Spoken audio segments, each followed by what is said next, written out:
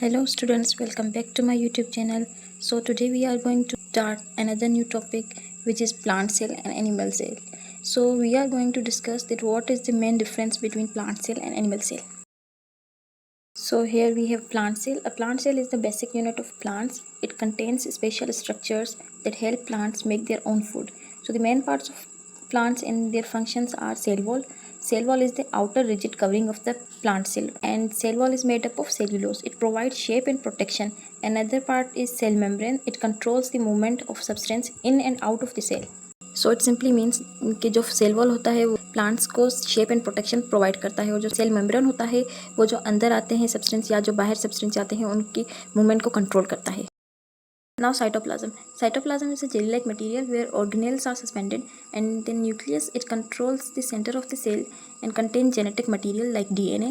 And then chloroplast contain chlorophyll, site of photosynthesis. It is a site of photosynthesis which helps plant to make their own food. And then large central vacuole store water, food and waste, and it also maintains cell rigidity. Cytoplasm जो होता है वो एक jelly like material होता है जहाँ पे दूसरे ऑर्गेनेल सस्पेंड करते हैं, और जो न्यूक्लियस होता है वो जैसे कि हमें पता है वो सेंटर होता है सेल का, जहाँ पे सारी जो हमारे जेनेटिक इन्फॉर्मेशन से जैसे कि डीएनए वगैरह वो वहाँ पे स्टे करती है. और क्लोरोप्लास्ट कंटेन क्लोरोफिल जो कि प्लांट्स को मदद करता है कि वो अपना खाना खुद बनाए, और कहाँ से बनाते हैं, फोटोसिंथेसिस के ज़रिए, सूरज की रोशनी से. और जो लार्ज सेंट्रल वैक्यूल होता है वहाँ पे जो भी खाना बनाते हैं वहाँ पे स्टोर कर देते हैं. So here we have mitochondria produce energy which is called ATP. Mitochondria को हम सेल का पावर हाउस भी कहते हैं. And then we have ribosomes. जैसे कि हमें पता है राइबोसोम्स में प्रोटीन सिंथेसिस होती है, मतलब प्रोटीन की सिंथेसिस होती है. And then Golgi apparatus modifies and packages protein. Ribosomes protein को सिंथेसिस करता है, एंड देन गोल्जी अपैरेटस उसको पैकेजेस में मॉडिफाई करता है. And then endoplasmic reticulum it transport material within the cell. Endoplasmic reticulum जो होता है वो जो भी मटीरियल होता है वो सेल है ट्रांसपोर्ट करता है. And now we have animal cell.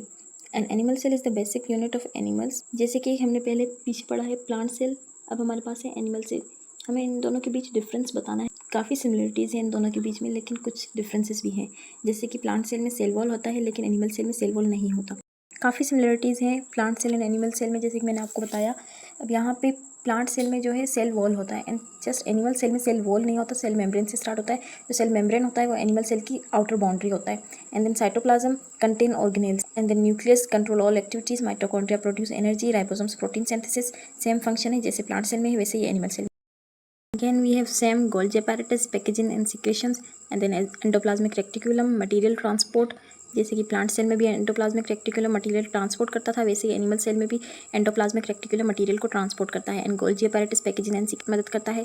And then changes are lysosomes. We have lysosomes animal cell digest worn out organelles and waste. Then we have centrioles. It helps in cell division, and then small vacuoles which is the storage of substance. I hope you understand these topics. Thank you for watching. Do like, share and subscribe for more videos.